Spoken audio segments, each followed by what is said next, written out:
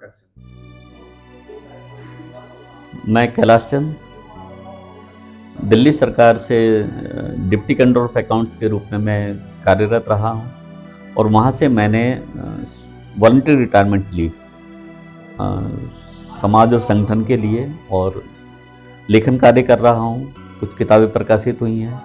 समाज जीवन में जो भी समाज से जुड़ी हैं चीज़ें हैं, उसके साथ साथ मैं नाट्यकर्मी भी हूँ, रंगकर्मी हूँ। तो नाटक लिखता भी हूँ, नाटक करता भी हूँ, निर्देशन में भी है। तो जिस भी विधा से मुझे लगता है कि जो समाज के लिए जो आवश्यक होती हैं, क्योंकि रंगकर्म जैसा जो कार्य है उसे नुक्कड़ नाटक उसमें एक सशक्त माध्यम है। नाटक एक सशक्त माध्यम है, क्योंकि अगर मान लो वो हम एक नुक्कड़ नाटक तैयार करके लोगों तक जो है, क्योंकि लोगों को भाषण से कई बार ऊब सी होती है, लेकिन हम गायन के माध्यम से, हम नाटक के माध्यम से, नुक्कड़ नाटक के माध्यम से हम लोगों को सहज जो है अपनी बातें उन तक पहुंचा सकते हैं। आज दीना भाना जी का आज जन्मदिन है, इस पर क्या संदेश देना चाहते? आज मूल निवासी योद्धा दीना भाना जी की जन्म जयंती है और इस अवसर पर मैं उन्हें कोटि कोटि नमन करता हूँ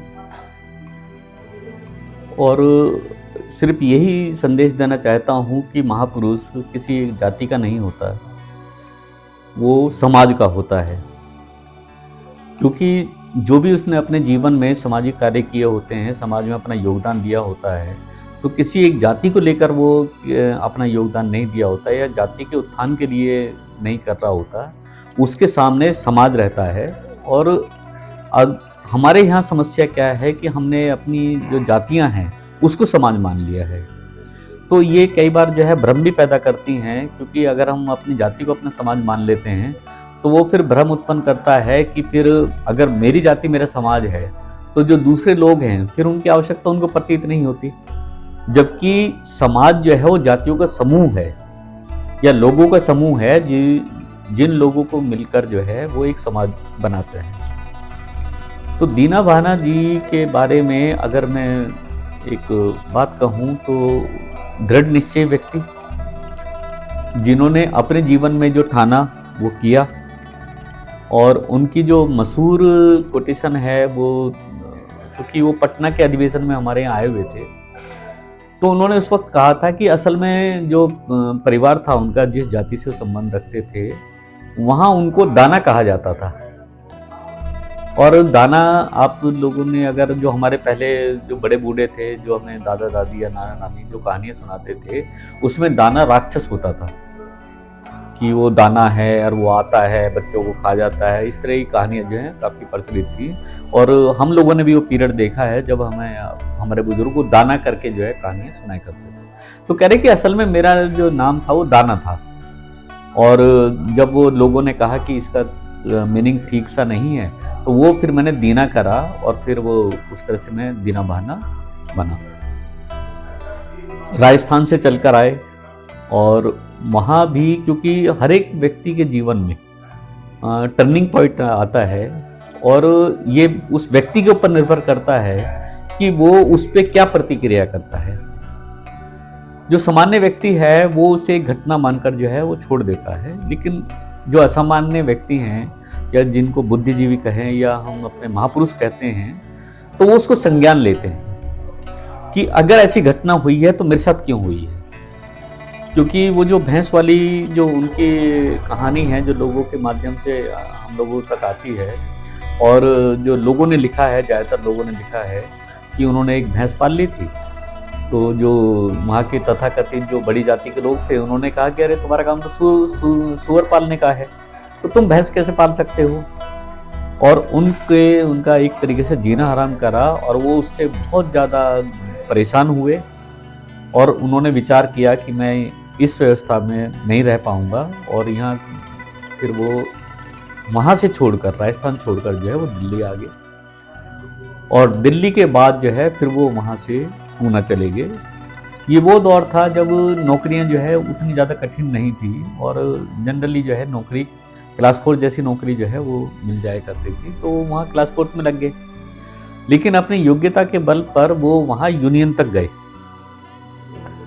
और जो उनकी महत्वपूर्ण घटना हुई वो ये हुआ कि जो छुट्टियां होती हैं, जो सरकारी छुट्टियां होती हैं, जो कंपनी के लिए होती थी, ऑर्डिनेंस फैक्ट्री में थे तो फैक्ट्री में जो छुट्टियां थी, तो उस छुट्टियों को एक तरह से जैसे अप्रूव कराना होता है या अनुमोदन कराना होता है, तो उसमें यूनियन का जो नेता होता है, इधर क्लास 4 यूनियन का नेता हुआ, उधर दूसरी जो क्लास 3 की है या गेजेटेड ऑफिसर की जो यूनियन होती है, उनके नेता भी बैठे हुए थे और उन सब ने साइन कर दिया।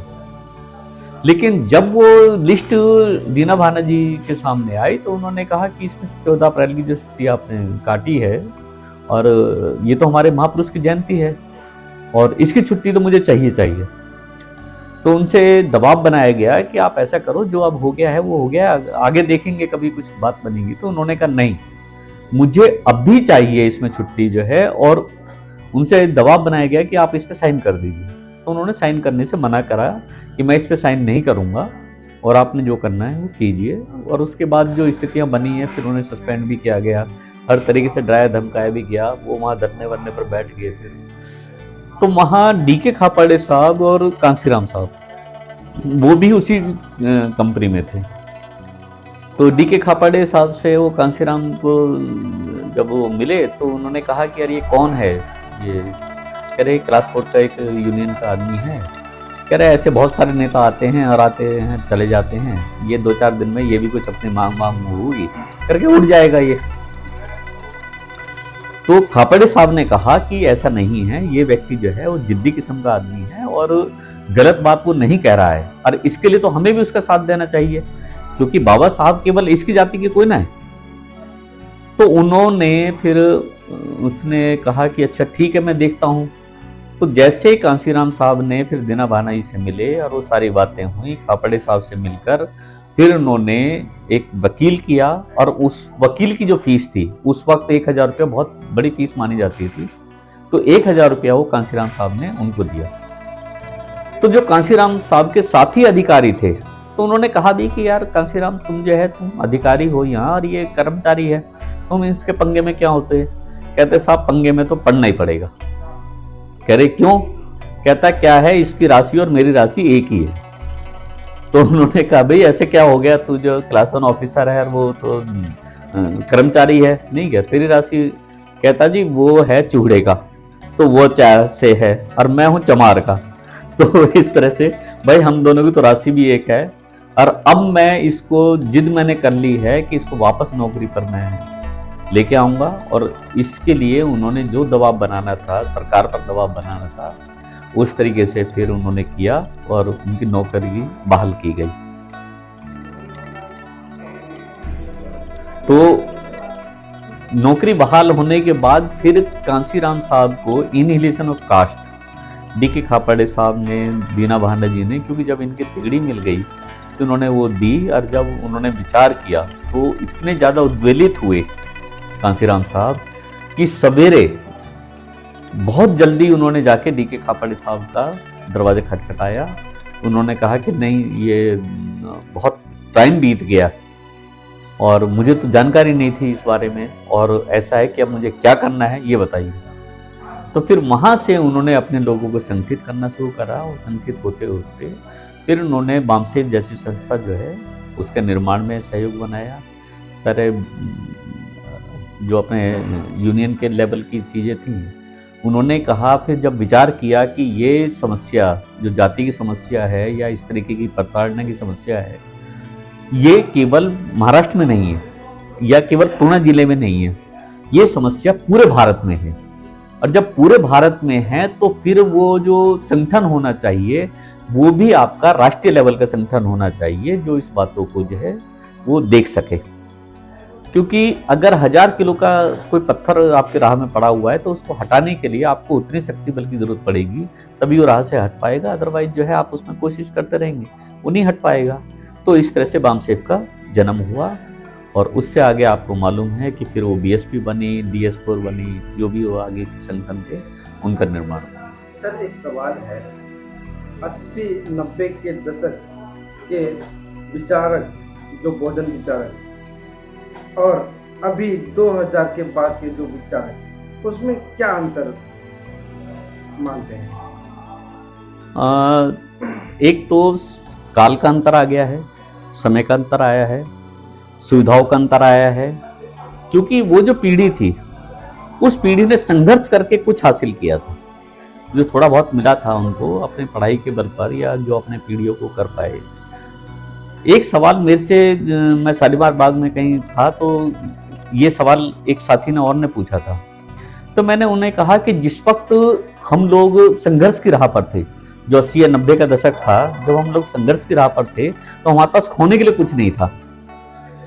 लेकिन आज जो स्थिति बन गई है, आज जो हमारे पास थोड़ा बहुत आ गया है, चाहे वो जमीन जायदाद के रूप में आया हो, चाहे पैसे वैसे के रूप में आया, या दूसरी जो सुविधाएं हमें उपलब्ध हो गई हैं, तो आज हमें उन्हें खोने का डर लगता है कि अगर ये सुविधाएं खत्म होगी, ये सारी चीजें खत्म होगी, तो मैं कैसे जीवन यापन कर पाऊंगा।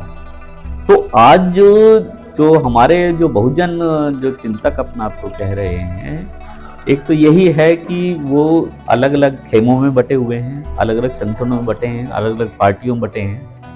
लेकिन मेरा मानना ये है कि अगर आप अलग संगठन में भी हैं, अलग पार्टी में भी हैं, तो क्या वहां जाकर आपकी जात बदल जाती है या आपका भाईचारा नहीं रहना चाहिए?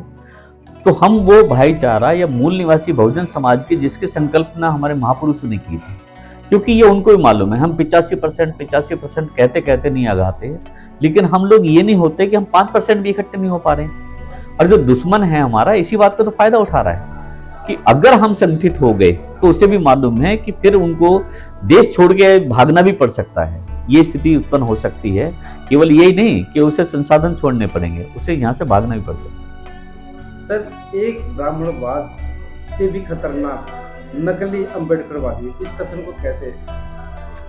ऐसा है कि हमारे यहाँ एक नया वो प्रचलन में आया है जिसको हम नव ब्राह्मणवाद कहते हैं। नव अम्बेडकरवाद तो है ही है, क्योंकि जय भीम कहने वाले को भी हम बड़ा आंदोलनकारी मान रहे हैं। जबकि अगर उससे पूछा जाए कि बाबा साहब ने अपने जीवन में क्या किया, उनका आंदोलन क्या था, उनकी सोच क्या थी, उनका विचार क्या था, तो उस पे हो सकता है कि वो 5 मिनट भी ना बोल पाए। लेकिन आज जो मीडिया आ गया है, मीडिया को वो किस तरीके से लोगों के सामने बड़ी बड़ी जोर से चिल्लाकर, बड़े बड़े अपने इंटरव्यू करके या इस तरीके के लोग करके वो अपने आप को बड़ा अम्बेडकरवादी दिखाने की कोशिश कर रहे हैं। और मुझे लग रहा है कि उसके पीछे जो कारण है वो ये होता है कि अपने आप को जो है एक्सपोज करके वो कुछ पार्टियों को जो है प्रभावित करके उसमें से कुछ हासिल कर लेते होंगे, ऐसा मेरा मानना है। वीडियो कैसी लगी आप अपने कमेंट्स के माध्यम से हमें बता सकते हैं और चैनल को लाइक, शेयर और सब्सक्राइब जरूर करें। धन्यवाद।